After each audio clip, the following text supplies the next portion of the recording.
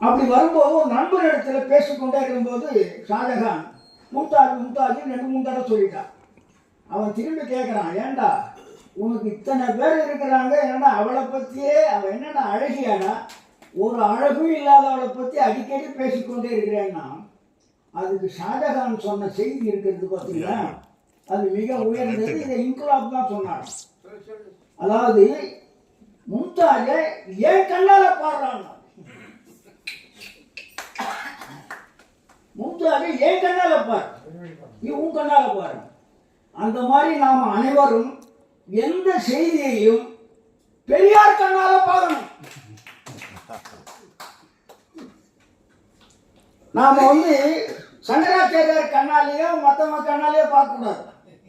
எந்த செய்தியாக இருந்தாலும் பெரியார் கண்ணாடி போட்டுக்கொண்டு பார்க்க வேண்டும், பெரியார் கண்ணால் பார்க்க வேண்டும். அப்பொழுதுதான் நாம் தமிழர், நாம் தமிழ் திராவிடர். இது நம்ம ஒன்றுமே இது பண்ண வேண்டியதில்லை, நாம் அப்படி பார்க்கறது இல்லை. அவன் என்ன சொன்னான்னா இருக்குமோன்னு நினைச்சிடுறோம், அதுதான் தப்பு. அப்படி வரவே கூடாது. உறுதியாக இருக்கணும், எதுவாக இருந்தாலும் உறுதியாக இருக்கணும். என்னவா எந்த நேரமானாலும் எதிலையும் நாம் கொண்ட கொள்கையில் உறுதியாக இருந்தால் எவனும் இந்த நாட்டை அசைக்க முடியாது, தமிழனை அசைக்க முடியாது. தமிழனை போன்ற ஒரு வீரன் இந்த தமிழ் உலகத்திலேயே கிடையாது. ஆனால் நமக்குள்ள இந்த யானை மாதிரி இருக்கிறோம். யானை மாதிரின்னா என்ன அர்த்தம்? யானையை போல வலிவு கொண்ட விலங்கு வேற எதுவுமே கிடையாது. ஆனால் மனிதன் ஆட்டி வச்சிடறான், 4 காலையால் அடக்கி கொண்டு ஒரு நாற்காலி மேலே நிற்க வைக்கிறான். அவ்வளவு பெரிய யானை. அது மட்டும் இல்லை, அதை பிடித்து ஒரு சங்கிலியிலே கட்டிவிட்டால் அது இழுத்து பார்க்குது. ஓஹோ, நம்மை கட்டி இருக்கிறார்கள் என்று நினைத்து கொண்டு நிற்கிறது. அதனுடைய முழு வலிமையையும் பயன்படுத்தி அது இழுக்குமானால், ஒன்று மரம் வலுவாக இருந்தால் சங்கிலி அரும், சங்கிலி வலுவாக இருந்தால் மரம் வேரோடு விழும். அது நினைக்கிறதே கிடையாது. கட்டி இருக்கிறார்கள் நின்று. நான் கிராமத்தில் சிற்றூர்களில் ஒரு சின்ன பொழுதுல ஒரு செய்தி பார்த்துருக்கேன். மாட்டை மேய்ப்பதற்கு கொண்டு போவார்கள். கொண்டு போனவர் கையிலோட கொண்டு போவார். அது என்ன, அடுத்து கண்ணியில் போய் பயிரில் மேய்ஞ்சிடும். அதனால புல்லை மட்டும் மேய வைத்து கொண்டு போவார். இவருக்கு சிறுநீர் வந்துடும். அதை பிடிச்சிக்கிட்டு அங்கே நிற்கக்கூடாதுன்ட்டு என்ன பண்ணுவார், அந்த கயிறை வச்சு அது மேலே ஒரு செங்கல்ல வச்சுட்டு போவார் சிறுநீர் கழிக்கிறதுக்கு. அது சும்மா அப்படி ஆட்டினா செங்கல்ல ஊந்தும், நின்று கொண்டிருக்கும். ஏன்? நம்மை கட்டி இருக்கிறார்கள் என்று. அதை போன்றுதான் தமிழன். தமிழனை போன்ற ஒரு வீரன், தமிழனை போன்ற ஒரு மரத்தமிழன், தமிழனை போன்ற ஒரு அறிவாளி, தமிழனை போன்ற ஒரு அதாவது அறிவியல் மனிதன். உண்மையிலே உலகத்திலேயே அறிவியல் மனிதன் என்றால் தமிழன் தான். அதாவது அறிவியலை இந்த நாட்டுக்கு கொடுத்தவனும் தமிழன் தான். கடைசியில் தமிழனை போல அறிவிழந்தவன் எவனும் இல்லாமல் ஆயிட்டான். காரணம் நம்பினதனுடைய விளைவு. அவர்கள் ஏமாற்றி கண்டு நாம் ஏமாந்தோம். அதை போன்றுதான் அகத்தியரும் ஏமாற்றப்பட்டிருக்கிறார். அகத்தியரும் ஒருத்தன் இல்லவே இல்லை, அதுதான் உறுதி. ஐயா நமச்சிவாயர் கூட இதை இப்படி சொல்லியிருப்பார்கள், இதை இப்படி சொல்லியிருப்பார்கள், அது சப்பு கட்டியிருக்கிறார். ஆனால் அருமையான தெளிவானவர். இதில் அவர் உறுதியாக சொல்லலையே தவிர மிக தெளிவாக இதை இப்படி சொல்லியிருக்கலாம், இதை இப்படி சொல்லியிருக்கலாம், அதுவும் நடந்திருக்கும். ஏன்னா இல்லாத கடவுளையே நிலைநாட்டினவங்க, இல்லாத கடவுளையே நிலைநாட்டினவங்க ஏதோ ஒரு அகத்தியம் இருந்து அதை வச்சு கதை கட்டுறதுல ஒன்றும் பெருசு இல்லை. விஷ்ணுன்னு ஒருத்தன் கிடையாது, திருமால்னு ஒருத்தன் கிடையாது, பரமசிவன் ஒருத்தன் கிடையாது, முருகன் ஒருத்தன் கிடையாது. முருகன் இருந்திருக்கிறான், ஒருத்தன் சிற்றரசன் ஆண்டு இருக்கிறான். முருகன் என்ற ஒரு சிற்றரசன் மிக சிறப்பாக வாழ்ந்திருக்கிறான், ஆண்டிருக்கிறான், வீரனாக விளங்கி இருக்கிறான். ஒருவர் அதாவது முருகாயணமும் ஒரு புதினம் எழுதியிருக்கார். ராமாயணம் என்பதை போல முருகாயணமும் எழுதியிருக்கிறார். அப்படி முருகன் ஒருவன் சிற்றரசனாக இருந்தால் அவனுடைய வரலாறு இதுதான் எழுதியிருக்கிறார். முருகாயணம் அதுக்கு பேர். அந்த மாதிரி தான். ஏன் சொல்ல வரேன்னு சொன்னால், நாம் எதையும் ஏன், எதற்கு, எப்படி என்று கேட்க தொடங்கினால் எல்லாம் புட்டு புட்டு கீழே வந்து விழுந்து விடும் தானாக. அந்த உறுதியில் நாம் இருக்கணும். இன்னொன்று அகத்தியம் இப்போ நீங்கள் சிற்றூர்களில் இருந்தவங்க தான் நாம் எல்லாம். சிற்றூரில் போய் கேளுங்க ஒருத்தனை போய், என்னப்பா நீ நாளைக்கு வருவியா? அகத்தியம் வருவேன் கேட்டு பாருங்க. இன்றைக்கும் இருக்கு. நாளைக்கு வருவியாப்பா? அகத்தியம் வர வேண்டாம். அகத்தியம் என்றால் உறுதியாக என்று பொருள். தவறாமல் வருவேன், கட்டாயமாக வருவேன், உறுதியாக வருவேன் என்று பொருள். அப்படி உறுதியாக இருந்த ஒருத்தன், திடமாக இருந்த ஒருத்தன், திறமசாலியா இருந்த ஒருத்தனை அகத்தியன்னு சொல்லி இருக்கலாம். நான் இன்னொன்று நினைக்கிறேன், அகம் குன்றியவன் ஒரு பொருள் இருக்கு. அகம் குன்றியவன்னா குள்ளமாக பிறந்தனா 5 அடி, மற்றெல்லாம் 5 6 7 எல்லாம் இருக்கிறாங்க. அந்த மாதிரி குள்ளமாக பிறந்து விட்டால் அவனை குள்ளன் என்று சொன்னால் ஒரு மாதிரியா இருக்கும்.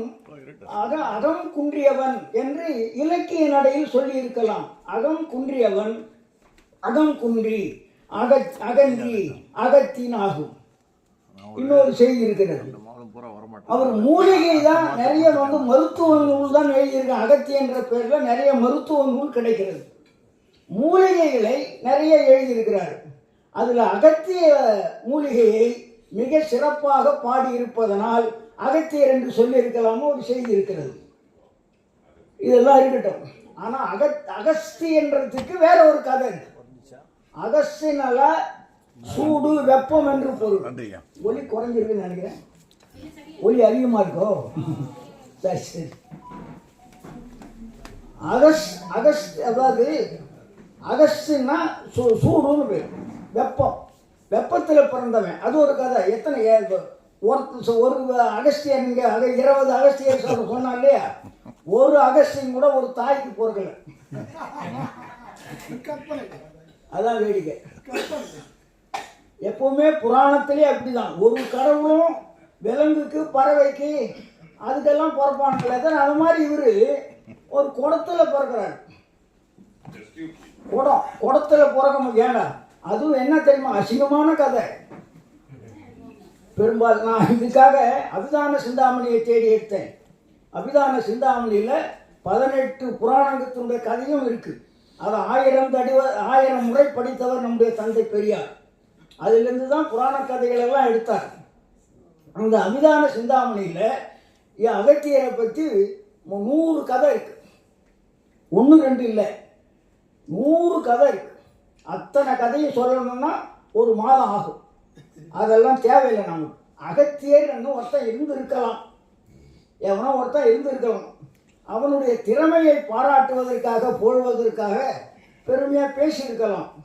ஆனால் வடநாட்டில் இருந்து ஒருத்தனை அனுப்பி அவனுடைய கதையை வேற கூட சேர்த்து அகஸ்தியன், அது அகஸ்தியன், இவன் அகத்தியன், அது ஒரு செய்தி. அதுக்கடுத்து என்ன பண்ணாங்க, அதை பரப்பி பெரிய பொய்யாக்கி அகத்தியன் ஒரு நூல்கள். கடைசியில் என்னன்னு கேட்டாங்க, ஏதோ சில நூல்களில் இந்த மேற்கோளாக 2 வரி காட்டப்பட்டிருக்கிற ஒரு 5 6 இடத்துல தான் அது அகத்தியம்னு இருக்கு.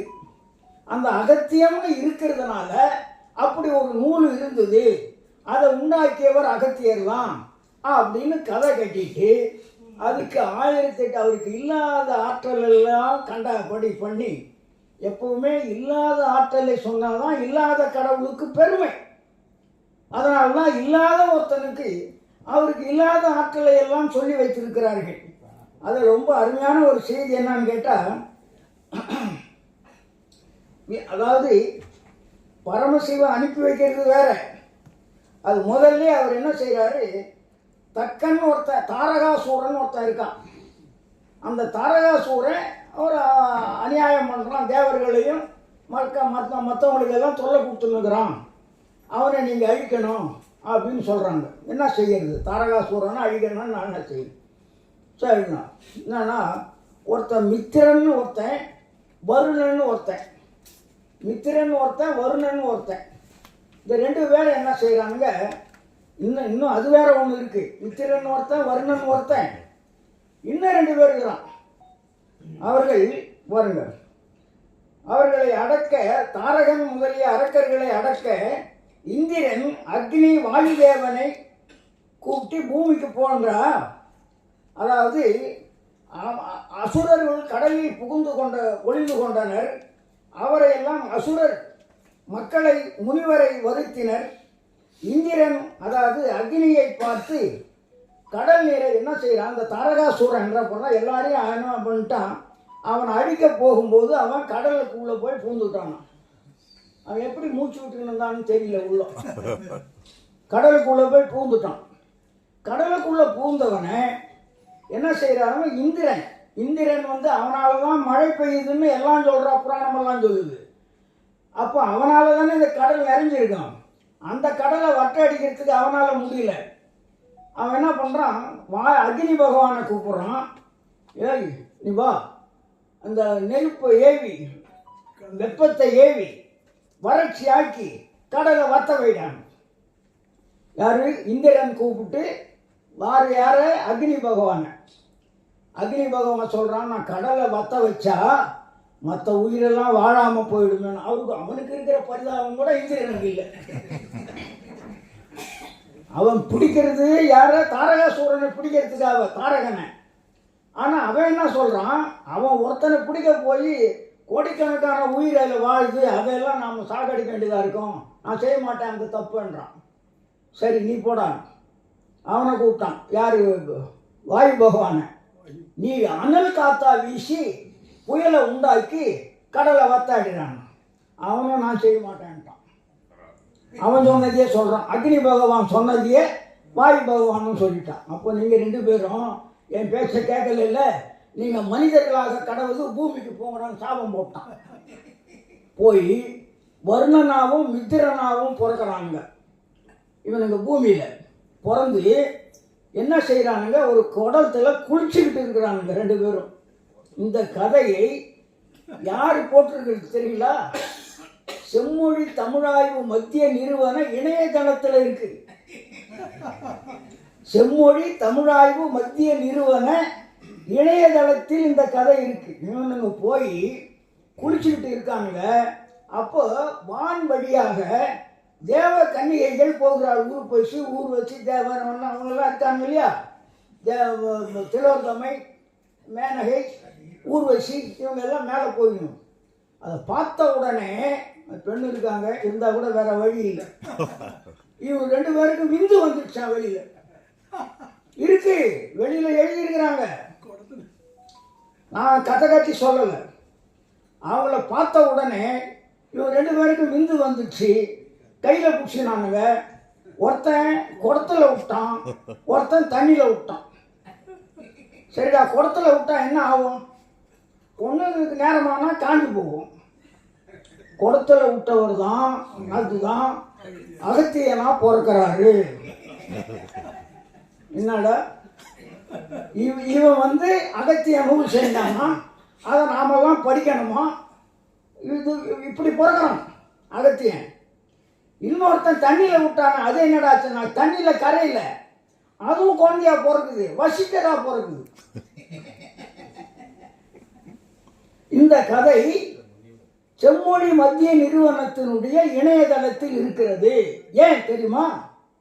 செம்மொழி மத்திய நிறுவனம் அகத்தியரை பற்றி ஒரு போட்டி கட்டுரை எழுதுவதற்கு கல்லூரி மாணவர்களுக்கும் பள்ளி மாணவர்களுக்கும் அறிவிப்பு கொடுத்திருக்கிறார்கள். கல்லூரி மாணவர்களும் பள்ளி மாணவர்களும் அகத்தியரை பற்றி கட்டுரை எழுதினால் 30,000 முதல் பரிசு, 20,000 இரண்டாவது பரிசு, 10,000 மூன்றாவது பரிசு. இந்த 3 பரிசையும் வாங்குவதற்காக அவர்களுக்கு கதை வேணும் இல்லையா, அதாவது செய்தி வேணும். அந்த செய்தியை இவர்கள் கொடுத்திருக்கிறார்கள். அவர்கள் கொடுத்த செய்தியில் இது இருக்கு. இதை தான் கல்லூரி மாணவர்கள்னா ஆண் மாணவரும் பெண் மாணவரும் எழுதணும். பள்ளியில் இருக்கிற ஆண் மாணவரும் பெண் மாணவரும் அகத்தியர் பிறப்ப இப்படிதான் எழுதணும். அசிங்க காரி துப்பணும். செம்மொழி நிறுவனம் செய்கிற வேலை காரி துப்பணும். அகத்தியர் வரலாறு இது என்று இன்னும் பல கதை இருக்கு. இருந்தாலும் இது அதை விட அசிங்கம், ரொம்ப மோசமான அசிங்கமான கதை. அப்படி கொடுத்துட்டு அவன் என்ன பண்ணான், அது அக்னி இவெல்லாம் போயிட்டானுங்க, சாபம் கொடுத்துட்டான், அவனும் போயிட்டான். அதுக்கப்புறம் இன்னொரு இடத்துல இன்னொரு வழி. அகத்தியர் பிறந்துட்டார். ஒரு இடத்துல ஒரு 2 அரக்கனுங்க. ஒருத்தன் வாதாபி, ஒருத்தன் வில்லவன். ஒருத்தன் வாதாபி, ஒருத்தன் வில்லவன். இந்த 2 பேரும் என்ன செய்கிறது, போகிறவங்களெல்லாம் கூப்பிட்டு, இந்த முனிவர்கள், துறவிகள், இவங்களெல்லாம் கூப்பிட்டு இவனுங்க 2 பேரும் என்ன பண்ணாங்க, ஆடாகி அந்த ஆட்டை வெட்டி விருந்து வைக்கிறது. யார அந்த இவனுங்களே 2 ஆடாடுவாங்க. ஆட்டை வெட்டி அவங்களுக்கு விருந்து வச்சிடுறது. யார இந்த வாதாபிய.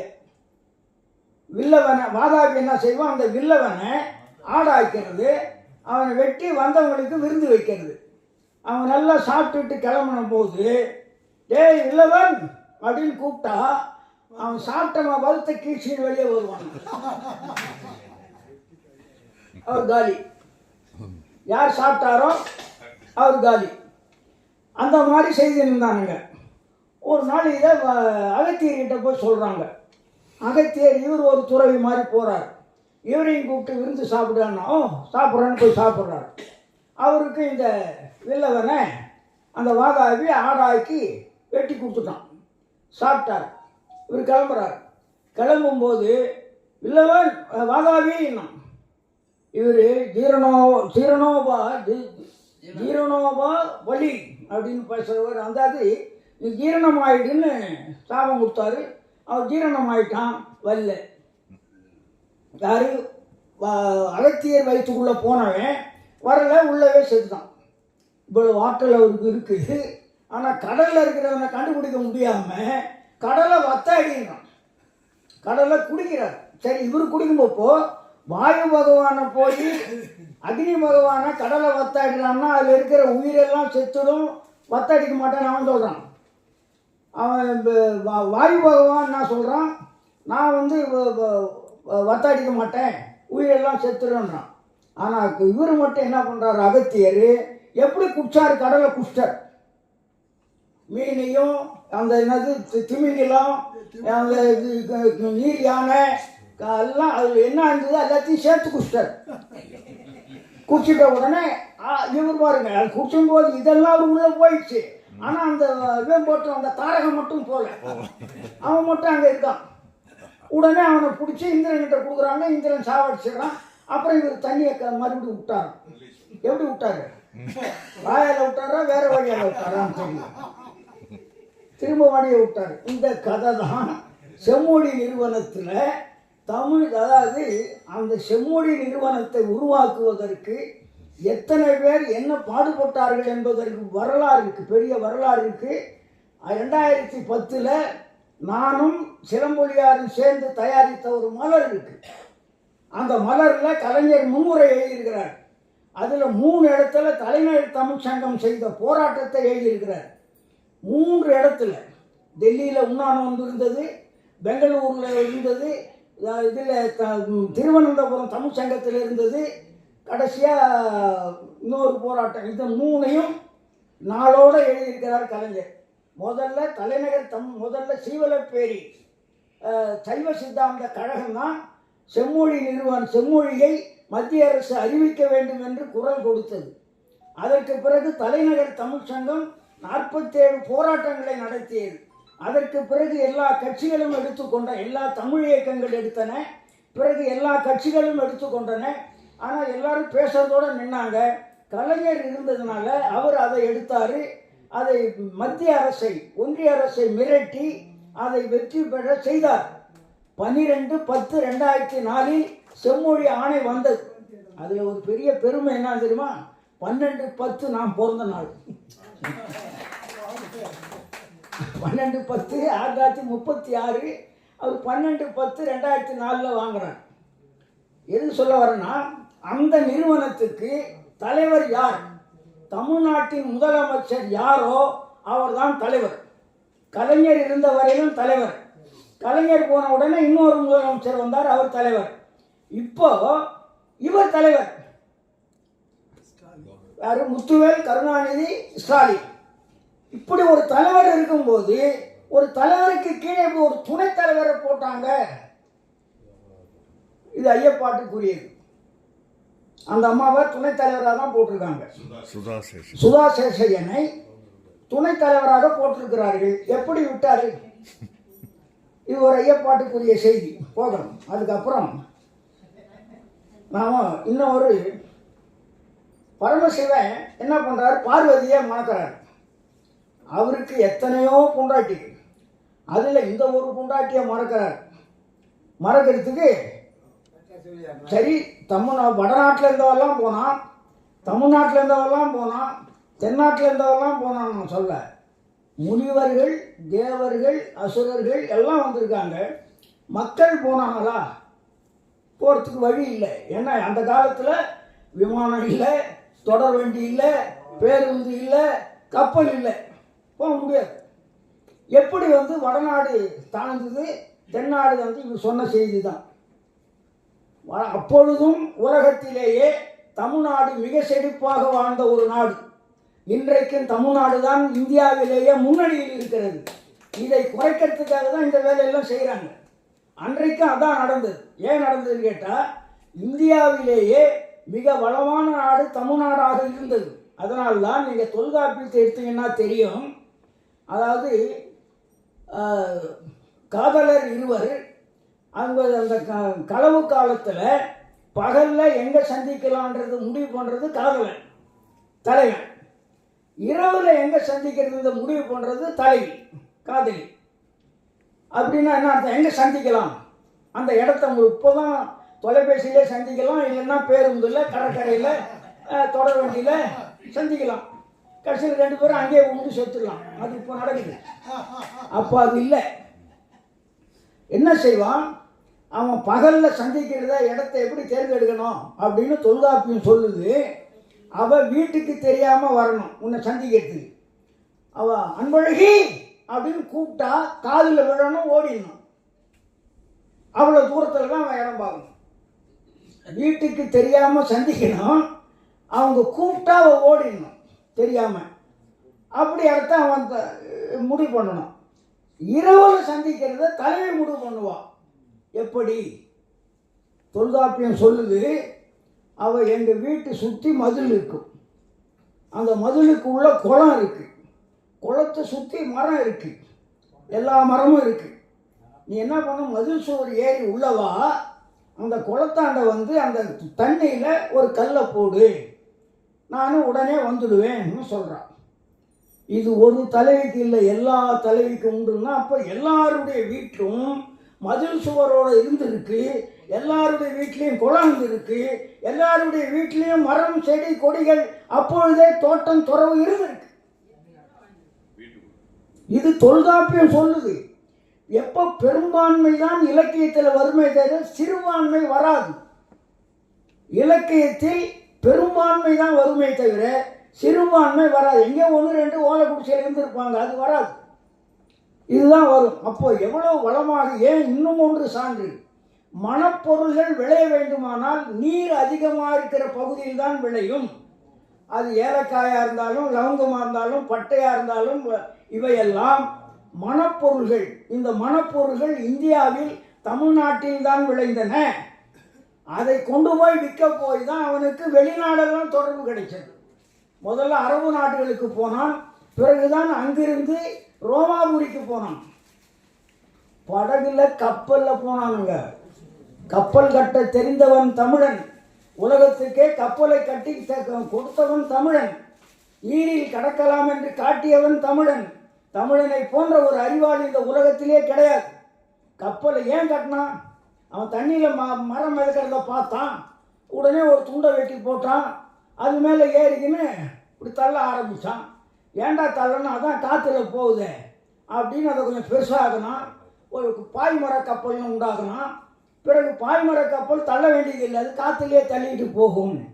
பிறகு என்ன செய்கிறான்? வெளிநாட்டுக்கு போகிறதுக்காக தான் மிக பெரிதாக பனியில் தாக்காமல், மழையும் தாக்காமல், இடியும் தாக்காமல், மீன்களாலையும் எந்த துன்பமும் ஏற்படாமல், கடலிலும் எந்த துன்பமும் ஏற்படாமல், ஒருவன் செலுத்த, ஒருவன் உறங்க அல்லது சமையல் செய்ய பாதுகாப்பாக அவங்க பெருசாக கட்டணும். அதை பார்த்தா யானை மாதிரி தெரிஞ்சது. யானைக்கு அதாவது அதை அதாவது ஆஹ், யானைக்கு இன்னொரு பேர் இருக்குது. அதாவது அது அந்த இது என்ன நால்வாய், தொங்கர வாயே உடையது. நாலுனா தொங்குது, நால்வாய்னா தொங்குறது, 4 வாய் இல்லை, 4 வாய்னா தொங்குகின்ற வாயை உடையது. 4 வாயின்னு பேர் வச்சான். கடைசியில் இல்லை தூக்கம்னா நாவாயின்னா. இப்போ நேவியாக இருக்கு. கட்டுமரம்னா கட்டமரம் ஆச்சு, படகு தான் போட்டாச்சு, கப்பல் தான் சிப்பாச்சு. இதெல்லாம் தமிழனுக்கு கொடுத்த கொடை தான். அவனுக்கு அந்த சொல்லெல்லாம் கிடையாது. ஏன்னா அவன் தயாரிக்கல. முதல்ல எவன் தயாரிக்கிறான்னா அவன். இப்போ வந்து கைபேசி நாம் பேர் வச்சுக்கணும், தயாரிக்கிறது அவன் செல்லுன்னு பேர் வச்சுருக்கிறான். செல்லுக்கு என்ன, சிக்கு ஒரு சொல்லு, ஈக்கு ஒரு சொல்லு, எல்லுக்கு ஒரு சொல்லு, எல்லுக்கு ஒரு சொல்லு. 4 சொல்லை முதல் எழுத்தை மட்டும் கொடுத்து அதை வந்து ஒரு சொல்லாக்கி கொடுக்குறான். அதுக்கு பேர் ஒரு அருமையான செய்தி இருக்கிறது. அப்படி வந்து ஒவ்வொரு சொல்லினுடைய முதல் எழுத்தை எடுத்து அதை ஒரு சொல்லாக்கி கொடுப்பது ஆங்கில மரபு. தமிழில் அப்படி கிடையவே கிடையாது. அப்படி ஏன் சொல்ல வரேன்னா, இப்படி உலகத்துக்கு போனவன் அரபு நாட்டுக்கு போனான். அதனால தான் நம்ம எண்ணு இருக்க, இப்போ 1ன்னு போடுறோம், 2ன்னு போடுறோமே, அது தமிழில் கா வரும், ஊன்னு வரும். இது ரெண்டுமே தமிழ். கா போட்டாலும் அதுதான், 1 போட்டாலும் தமிழ் தான். ஏன் இப்போ நாம் எழுதுகிற எண்ணெல்லாம் அரபு எண்ணுன்னு தான் சொல்கிறோம். நாம் அரபு எண்ணுன்னு சொல்கிறோம். அவன் அரபுக்காரனை கேட்டால் எங்கள் எண்ணு இல்லை, அது இந்தியா எண்ணுன்றான். எங்கள் எண்ணு இல்லை, அது இந்தியா எண்ணு. அரபு எண்ணுன்னு சொன்னவங்க யார் தெரியுமா? ரோமாபுரிக்காரர்கள். ஏன்னா அரபு நாட்டுக்கு தமிழன் போனால் இவன் அரபு நாட்டில் கொடுத்தான். அரபு நாட்டிலேருந்து ரோமாபுரியிலேருந்து எடுத்தாங்க. அதனால் அவர்கள் அரபு எண்ணுன்னு அவங்க சொன்னாங்க. இப்போ அரபு எண்ணு அதுவும் கிடையாது. அரபுக்காரனை கேட்டால் அது இந்தியா எண்ணுன்றான். நான் இந்தியா எண்ணும் கிடையாது, ரெண்டும் தமிழ்.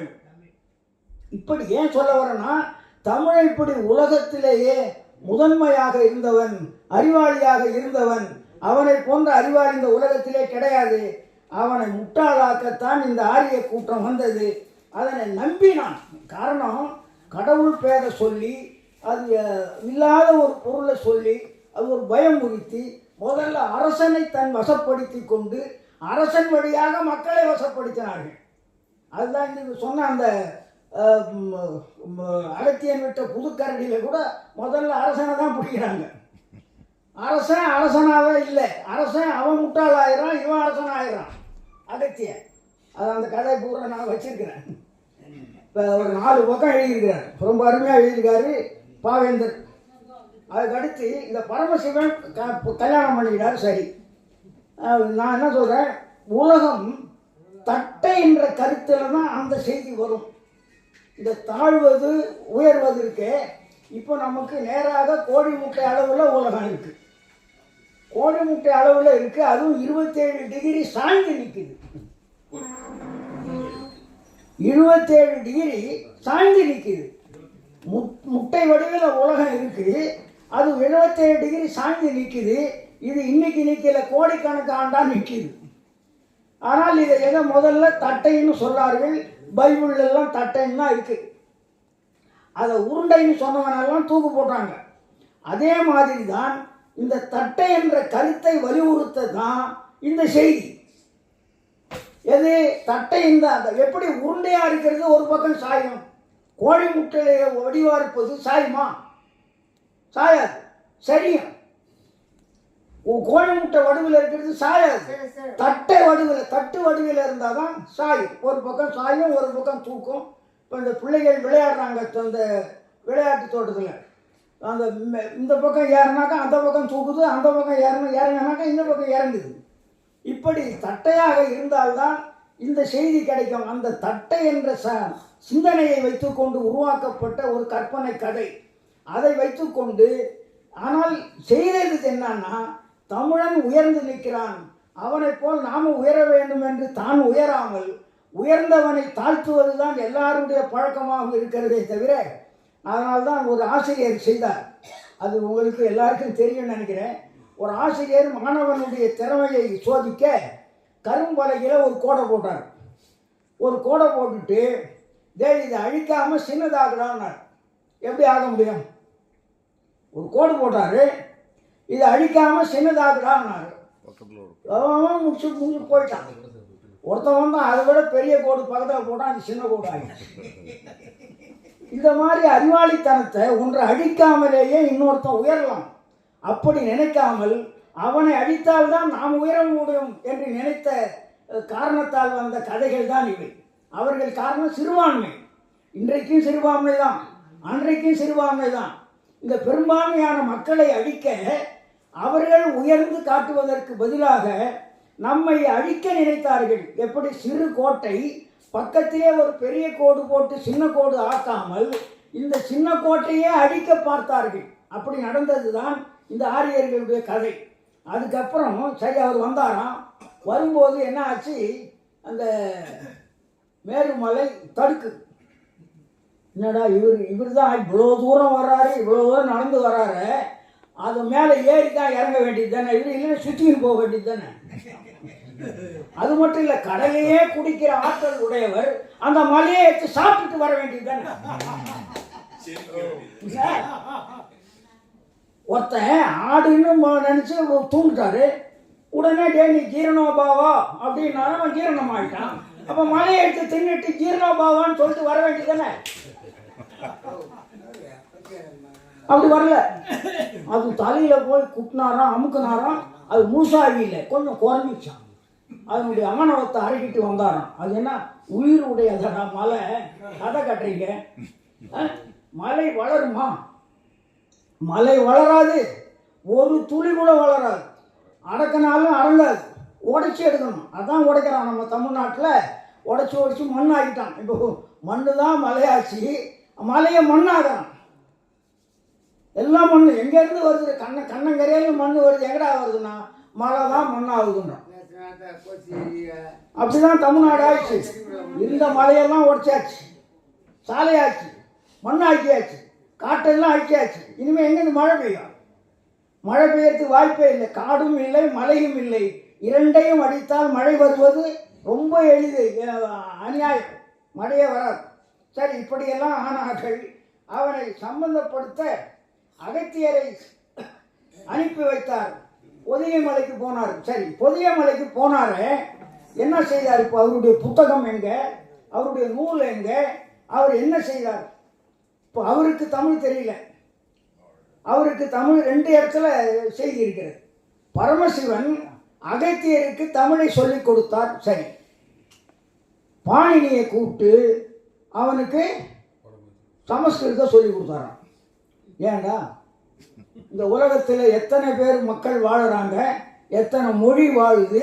அப்படி இருக்கும்போது நீ தமிழுக்கும் சமஸ்கிருதத்துக்கு மட்டும் சொல்லி கொடுத்தியே, மீதி மொழியெல்லாம் எவன் சொல்லி கொடுத்தான் சொல்லணும். பாணினியை கூப்பிட்டு சமஸ்கிருதத்தை சொல்லி கொடுத்தாரு. சரி, அகத்தியனை கூப்பிட்டு தமிழை சொல்லி கொடுத்தாரு. சரி, ஏன் அதை தொல்காப்பியனை கூப்பிட்டு கொடுத்தா என்ன? தீண்டத்தகாதவனா? அகஸ்தியர் தொல்காப்பியன்னு சொல்றாரு. எப்படி? அப்போ கடவுளும் துரோகம் தானே பண்றான், கடவுளும் தீண்டாமை தானே செய்கிறான். கடவுள் பரமசிவன்னா அவன் உலகத்தில் இருக்கிற அத்தனை பேருக்கும் கடவுள் தானே. எனக்கு மட்டும் கடவுள், உனக்கு யமனா? எல்லாருக்கும் கடவுள். என்ன செய்திருக்கணும்? பொதுவாக எல்லாருக்கும் ஒரே மொழியை கற்றுக் கொடுத்துட்டு என்னடா இன்னைக்கு பேசுகிறானே, ஒரே மொழி, ஒரே நாடு, ஒரே தேர்தல், எல்லாம் ஒரே நான், அதே மாதிரி ஒரே என்று பண்ணிட்டு போக வேண்டியது தானே. ஏன் இவனுக்கு சமஸ்கிருதத்தை கற்றுக் கொடுக்கணும், அவனுக்கு ஏன் தமிழை கற்றுக் கொடுக்கணும்? அவனே பிரிச்சுட்டானே, நம்மள கடவுளே பிரிச்சுட்டான். அப்படி பெரும் பரமசிவனை இப்படி சொன்னவர்கள் அகத்தியர் என்ன செய்தாருன்னு செம்மொழி நிறுவன வரலாற்றிலேயே இல்லை. அதிலே இல்லை. அவர் எப்படி பிறந்தாருன்னு இருக்குதே தவிர, அகத்தியம்னு நீங்கள் அகராதியில் போய் பார்த்தீங்கன்னா அவர் அதாவது பேரகத்தியம், சிற்றகத்தியம், இதை செய்தார், அதை செய்தார், வைத்திய நூல்கள் பண்ணார். ஆனால் மருத்துவ நூல்கள் இருக்குது. நான் மருத்துவ கண்காட்சி ஒன்று பார்த்தேன். அங்கே அகத்தியர் இந்த லேகியம், அகத்தியர் சிற்றகத்தியம், அகத்தியர் பேரகத்தியம், அகத்தியர் அந்த மூலிகை, இந்த மூலிகைன்னு ஒரு 40-50 நூல் பார்த்தேன். அத்தனை நூல் இருக்குது. அதெல்லாம் மருத்துவத்தில் இருக்கு. எதுலேயுமே இலக்கியத்தில் ஒரு நூலும் இல்லை. இலக்கியமே செய்யாத ஒருத்தனை மிகப்பெரிய இலக்கணவாதின்னு சொல்லி அவன்தான் வந்து தொல்காப்பியருக்கு சொல்லி கொடுத்தான். 12 பேர் ஐயா சொன்னார். 12 பேர் அவங்க 12 பேரை பேரை கொடுத்துருக்குறாங்க. அதில் அதங்கோட்டாசான் இருக்கிறாரு, எல்லாரும் இருக்கிறாங்க. அடுத்து அந்த 12 பேரில் இவர் ஒருத்தர் தான் தலைமாணாக்கர். அதை விட இன்னொரு கதை இருக்குது, ரொம்ப அருமையாக அபிதான சிந்தாமணியில் இருக்குது. என்னன்னு கேட்டால், இவர் லோபாமுதிரின்னு ஒருத்தரை மணக்கிறார். யார்? அகத்தியர். வெறும் முனிவர் மட்டும் இல்லை, அவர் பொண்டாட்டி புள்ளையோட வாழ்ந்து புள்ள தான் காணமே தவிர அவன் ஏன் நான் நின்று குடத்தில் விட்டாங்கன்னு இவன் எதில் விட்டானே தெரியாது. இவனே வந்து குடத்தில் பிறந்தான். ஆனால் இவன் விந்து எங்கே விட்டான் தெரியல. லோபாமுதிரியோட வாழறான். ஆனால் ஒரு புள்ள கிடையாது. அந்த லோபாமுதிரியை இவர் விட்டுட்டு தமிழ்நாட்டுக்கு வந்துட்டார். தமிழ்நாட்டில் வந்து முதல் மாணாக்கன் தொல்காப்பியனை கூப்பிட்டு போய் லோபாமுதிரியை கூட்டுன்னு வாடா அப்படின்றார். ஒரு ஆசிரியர் மாணவனுக்கு ஒரு கட்டளை ஏறார். அவர் பொண்டாட்டியை போய் கூட்டின்னு வர்றது. அவர் சும்மா போல, எப்படி கூட்டின்னு வர்றதுன்னு கேட்குறாரு. தூக்கி இடுப்புல வச்சுக்கலாமா, இல்லை மார்புல அனுப்பிச்சிக்கலாமா, இல்லை தலையில் தூக்கின்னு வரலாமா, எப்படி கொண்டு வரலான்னு கேட்குறான். தொல்காப்பியர் என்ன கேட்குறாரு? எப்படி அழைத்து வருவது? இவர் உடனே சொல்றாரு, ஒரு 4 அடி அவ முன்னால போகணும், 4 அடி நீ பின்னால போ. 4 அடி நீ முன்னால போ, அவ போட்டோம், 4 அடி நீ பின்னால போ. எப்படி? தொடக்கூடாது. சரி, தொடாத கூட்டுன்னு வர்றாங்க. என்ன ஆச்சு? இவர் எங்க வடநாட்டில் விட்டு வந்தார். வடநாட்டில் இருந்து எத்தனை ஆறு, கங்கை ஆறு இருக்கு, அமுனை ஆறு இருக்கு, எத்தனையோ ஆறுலாம் இருக்கு. இதையெல்லாம் கடந்து வந்தது தெரியல. வைகை ஆறு மட்டும் குறுக்க வந்துச்சு. வைகை ஆற்றுல வெள்ளம் வந்துச்சு. வெள்ளத்தில் 2 பேரும் போனாங்க. அந்த லோபாமுதிரைய அகத்தியருடைய பொண்டாட்டி அழிச்சு முடிச்சு. இவ்வளோ ஆற்றல் வாய்ந்தவருடைய பொண்டாட்டி அவன் வெள்ளம் அடிச்சுன்னு போகுது. இவர் தேய்க்கிறாராம் தொல்காப்பியர். என்னடா அடிச்சும் போது என்ன பண்ணுறது, அவளை தொடாத, நீ 4 முழம் பின்னால் வா, 4 அடி பின்னால் போன்னு சொன்னாரே, என்ன பண்ணுறது? அவர் போய் ஒரு கொம்பு ஒன்று பெருசாக உடச்சின்னு வந்து அப்படி கொடுத்து அந்த தண்ணியில் நீட்டுறார். நீட்டின உடனே அவள் பிடிச்சிக்கின்னு எழுந்து வந்துட்டான். எப்படி பாருங்க, பிடிச்சிக்கின்னு எழுந்து வந்துட்டா. கொண்டு வந்து விட்டுட்டு இதை சொல்கிறார். என்ன சொல்கிறாரு? 2 பேர் மாதிரி வந்தோம். இது பாருங்க, யமுனை இருக்குது, கங்கை இருக்குது, எத்தனையோ நதிகள் இருக்குது வழியில். இதெல்லாம் வெள்ளம் போடல, வைகை மட்டும் வெள்ளம் பிறந்தது. அந்த லோபாமுதிரியை அடிச்சுன்னு போயிடுச்சு சொல்கிறார். இந்த மாதிரி வந்தது. நான் என்ன பண்ணேன், பெரிய கொம்பு எடுத்து நீட்டினேன், அதை பிடிச்சிட்டு அவங்க ஏறி வந்துட்டாங்கன்னு. இப்போ இதில் என்ன தப்பு சொல்லுங்க? நான் கையை பிடிச்சி தூக்கினேன், மார்பில் அணைச்சேன்னு சொல்லலை. கொம்பு கொடுத்தேன், அந்த கொம்பை பிடிச்சின்னு ஏறி வந்துட்டாங்கன்னு சொன்னேன். நீ நான் சொன்னபடி நீ நடக்கலை, ஆனால் நீங்கள் 2 பேரும் சொர்க்கம் போக முடியாது, இப்போ மனிதராகவே சாக கடவுள்ன்ட்டார். சொர்க்கம் போக முடியாது. இப்போ என்ன இது என்ன தப்பு? இப்போ இருந்து என்ன தெரியுமா? தொல்காப்பியருக்கும் பொண்டாட்டிக்கு ஏதோ தொடர்பு வந்துருக்கு.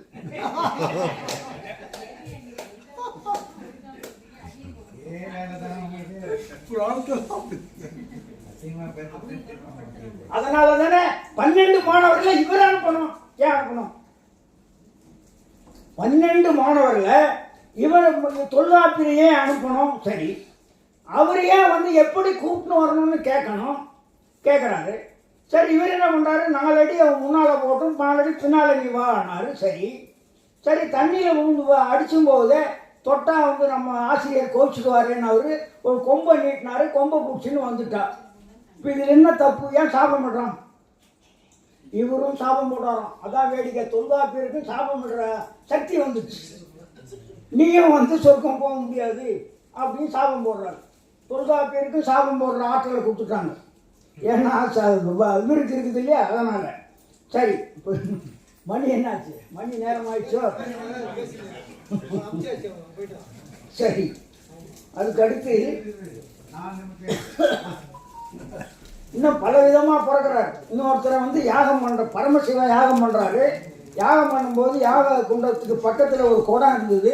அந்த குடத்துலேருந்து பிறக்கிறார். இந்த குடமுனின்றதுக்கு குடமுனின்னா குடத்துலேருந்து வந்தான்னு அர்த்தம் இல்லை. குட்டமுனி குடமுனி ஆகும், குருமுனி குடமுனி ஆகும். குட்டை என்பது குடன்னு ஆகும். குடமே சின்னது என்பதனாலையும் வளைவாக இருப்பதனாலும் குடமுனின்னா குடத்தில் பிறந்தவன் மட்டும் இல்லை, குட்டையாக இருந்தவன் குள்ளமாக அகத்தியன்னாலே அதான சொன்ன பாருங்க, உயரம் குறைவாக பிறந்தவன், அவ்வளோதான். அதனால் வச்சுக்கிட்டு இவ்வளோ கதைகள்லாம் கட்டிட்டாங்க. அதுக்கடுத்து பொள்ளாச்சி மகாலிங்கம் ஒன்று சொல்கிறார், அதை சொல்லி ஆகணும்.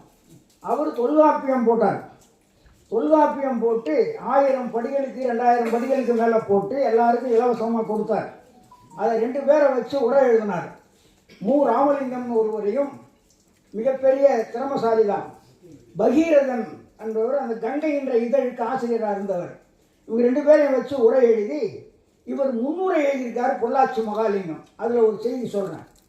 அவர் என்ன சொல்கிறாரு, அகத்தியன்தான் தொல்காப்பியன், தொல்காப்பியம் தான் அகத்தியன்றார். அதை நாம் நம்ப சொல்லலை, அவர் சொல்லுகின்ற ஒரு ஆராய்ச்சி. இதை ஏமாத்துறதுக்கு கூட செய்யலாம். அதாவது அகத்தியருடைய மாணவர் தொல்காப்பியர்னு சொல்கிறது போய் கிடையாது, அகத்தியரே தொல்காப்பியர் தான் சொல்லி அதை நிலநிறுத்தத்துக்கு கூட செய்யலாம், அப்படியும் இருக்கலாம். இருந்தாலும் அவர் சொல்கிற செய்தியில் என்ன சொல்கிறாருன்னா, அதாவது அந்த காலத்தில் முதல் சங்கத்துக்கு தலைவராக இருந்தவர் சிவன்ற ஒரு பாண்டிய மன்னன்றார். அது ஒரு பரவாயில்ல ஒரு செய்தி. பரமசிவன் இல்லை, எல்லாரும் கடவுளும் பரமசிவன் சொல்கிறாங்க. பரமசிவன் இல்லை, சிவன் என்கின்ற ஒரு சோழ பாண்டிய மன்னன். அவனுக்கு ஆதிசிவன் ஒரு பையன், முதல் சிவன் அவன் தான். அதனால் ஆதிசிவன் அவனுக்கு ஒரு பெயர் உண்டு. இதை வைத்து தான் பாரதியார் பாடுறார், ஆதிசிவன் பெற்றெடுத்தான் உன்னை. அடுத்து அதாவது தமிழ்துறை தலைவராக ஒருவர், அதாவது அந்த சங்கத்துக்கு தலைவராக சிவன் இருக்கிறான், அவன் தான் பாண்டிய மன்னன். அதுக்கு தலைமை புலவராக ஒருவரை தேர்ந்தெடுக்கிறார்கள், அவர் தான் அகத்தியர், அவர் தான் தொல்காப்பியர் என்று சொல்லுகிறார். அகத்தியன் தான் தொல்காப்பியத்தை இயற்றியிருக்க முடியும், பல வரலாற்று ஆதாரங்கள் இருக்கின்றன சொல்றார் பொள்ளாச்சி மகாலிங்கம். இவன் அகத்தியருக்கு தமிழ் கற்பித்தான் என்று பாரதியார் கூறுவது, அவன் ஆதிசிவன் எனப்பட்டவன். இவன் ஆண்டபோதுதான், அதாவது குமரி கண்டம் கடலில் மூழ்கியது, 3ஆம் முறையாக கடல் பொங்கியது. 10,000 ஆண்டுகளுக்கு முன்னால் தமிழ் வளர்த்த தமிழருக்கு நிலம் வழங்கினான். அதாவது அங்கிருந்து தப்பி வந்த தமிழர்களுக்கு நிலத்தை கொடுத்தான். அதான் நிலந்தரி திருவீர்பாண்டியனோட அவையில் தான் தொல்காப்பியம் அரங்கேற்றியதுன்னு இதில் சிறப்பு பாயிரத்திலே பரம்பாரனார் சொல்கிறார். வழங்கினான் அந்த சிவன் என்ற பாண்டிய மன்னன் தான். அதனால்தான் அவனை இளந்தரி திருவீர்பாண்டியன் என்று கூறினார்கள். அதாவது தக்கன் வேறு பகுதியில் ஒரு ஆண்ட ஒரு சிறு மன்னன். இதுவும் பரமசிவன் கதையில் வருது. தக்கனுக்கு திருமணம் நடக்கும்போது தான் பார்வதி பரமசிவனுக்கு நடக்குது. அங்கே தான் அந்த அதாவது தக்கன் வேறு பகுதியை ஆண்ட மன்னன் இவரைத்தான், இவன் தான் இந்த தக்கனுடைய மகளைத்தான் அந்த பாண்டியன், சிவன் என்கின்ற பாண்டியன் திருமணம் செய்தான். அந்த கதையும் பரமசிவன் கதையில் தான் வருது. இந்த வரலாற்று செய்தியை புராண கதையாக ஆக்கிவிட்டனர். எப்படியும் ஏறக்குறைய 10,676ஆம் ஆண்டில் தொல்காப்பியம் தோன்றியிருக்க வேண்டும் சொல்றார். 10,000 ஆண்டுகளுக்கு முன்னால் தான் தொல்காப்பியம் தோன்றியிருக்க வேண்டும். தொல்காப்பியத்தை இயற்றிய அகத்தியனார் வேறு, பிறகு கூறப்படுகின்ற அகத்தியனார் எல்லாம் வேறுகின்றார். தொல்காப்பியத்தை இயற்றிய அகத்தியனார் வேறு, மற்ற அகத்தியனார் எல்லாம் வேறு என்று சொன்னார். இதைத்தான் பாரதியார் இப்போ அதெல்லாம் அவர் ஒத்துக்கிட்டார்னு தெரியும். ஆதிசிவன் பெற்று தமிழே தன்னை பற்றி சொல்லுவதாக அவர் பாடியிருக்கார் பாரதியார். அதில் தமிழ் சொல்லுது, ஆதிசிவன் பெற்றுவிட்டான் என்னை. எந்த ஆதிசிவன்? அந்த தமிழ் சங்கத்துக்கு தலைவனாக இருந்த பாண்டிய மன்னன் தான் சொல்கிறாருன்னா இவர்.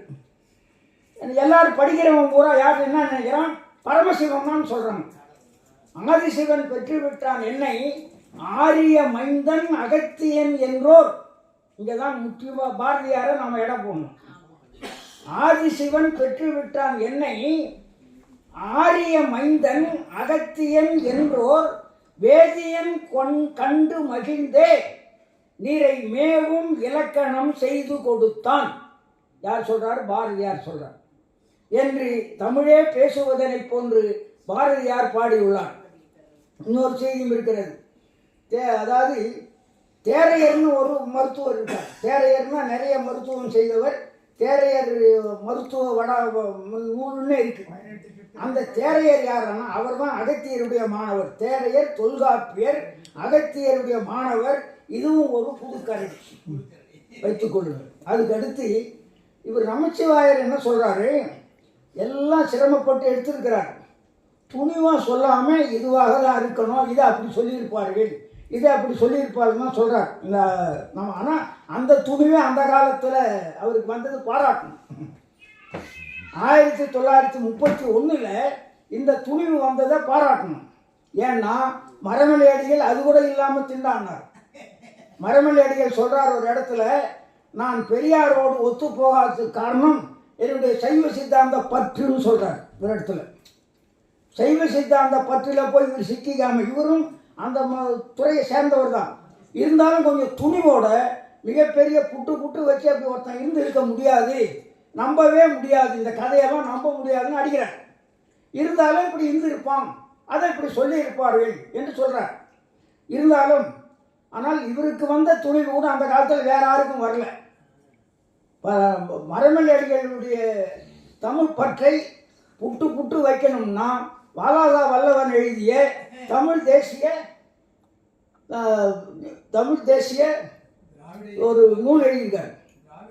இவங்க தான் போடுறாங்க, கருஞ்சட்ட பதிப்பகம் போட்டிருக்கு. தமிழ் தேசிய வாலாதா வல்லவன் எழுதுது ரொம்ப அருமையாக சொல்லியிருக்காரு. ஏன்னா அவர் மணியரசன் மரமலையடிகளையும் மாப்போசியும் தூக்கி நாடுறார். அதுக்கு சரியான பதில் கொடுக்கணும்னு சொன்னால் உண்மையிலே வாலாதா வல்லவன் எழுதிய எங்கெங்கெல்லாம் மரமலையடிகள் தவறு செய்திருக்கிறார், அதை யார் அவருடைய பேரனே எழுதியிருக்கார். நம்பி ஆரூரன் அவர் முனைவர் பட்ட ஆய்வு செய்ததில் பல செய்திகளை தன்னுடைய தாத்தாவை பற்றி எழுதியிருக்கிறாரு. அவர் புட்டு வச்சிருக்கிறார். அந்த நூலை எடுத்தே கொடுத்துருக்காரு. அதை நம்பி ஆரூரனுடைய மனைவி இருக்காங்கன்னா அந்த அம்மா, அவங்க அதை எடுத்து வேற நூலாகவும் எழுதியிருக்கிறாங்க. நீங்கள் அதை படித்தாலே போதும். ஆனால் மரமலையடிகள் தமிழ் பற்றோடு இருந்தாரே தவிர தமிழுக்கு போராடவில்லை, பெரியாரை போல் துணைந்து இயக்கம் கட்டவில்லை, தமிழர்களுக்கு வீரம் உண்டாக்க வேண்டும், தமிழர்களுக்கு நம்முடைய அந்த இழிவை போக்க வேண்டும் என்று போராடவில்லை. பேசினார்கள், சொன்னார்கள், உணர்வு இருந்தது, அவ்வளவுதானே தவிர அந்த செய்தியெல்லாம் முருகக் கடவுள் அகத்தியருக்கு தமிழ் சொல்லி கொடுத்ததாக இன்னொரு புராணத்தில் இருக்கு. அதுக்கப்புறம் மேலை சிவபுரி சங்கம் இதெல்லாம் தலைநகர் தமிழ் சங்கத்தினுடைய செய்தி. இவையெல்லாம் கடைசியில் நம்ம இவர் நமச்சிவாயர் எடுத்து கொடுத்த செய்தியில் ஒரு செய்தி, அருமையான செய்தி, அதை நான் படிச்சிடுறேன். அதாவது அதாவது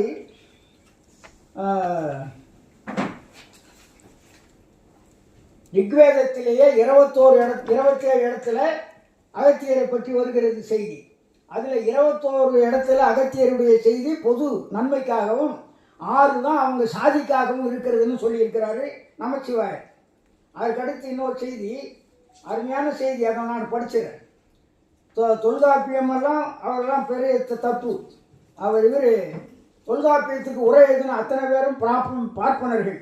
அதில் இளம்பூர்ணர் தான் முதல் எழுதினார், 2வது நச்சினார்க்கினியர், 3வது சேனாவரையர், 4வது பேராசிரியர், அதுக்கப்புறம் கல்லாடர் எழுதியிருக்கிறாங்க.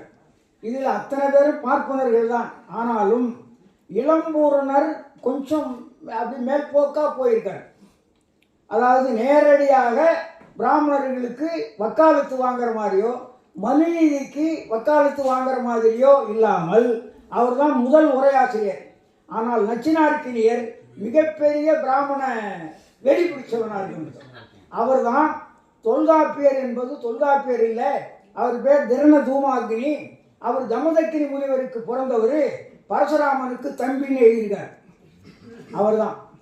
அவர் தான் அந்த புராண கதையை ஈர்த்து சொன்னவர். ஏன் தெரியுமா?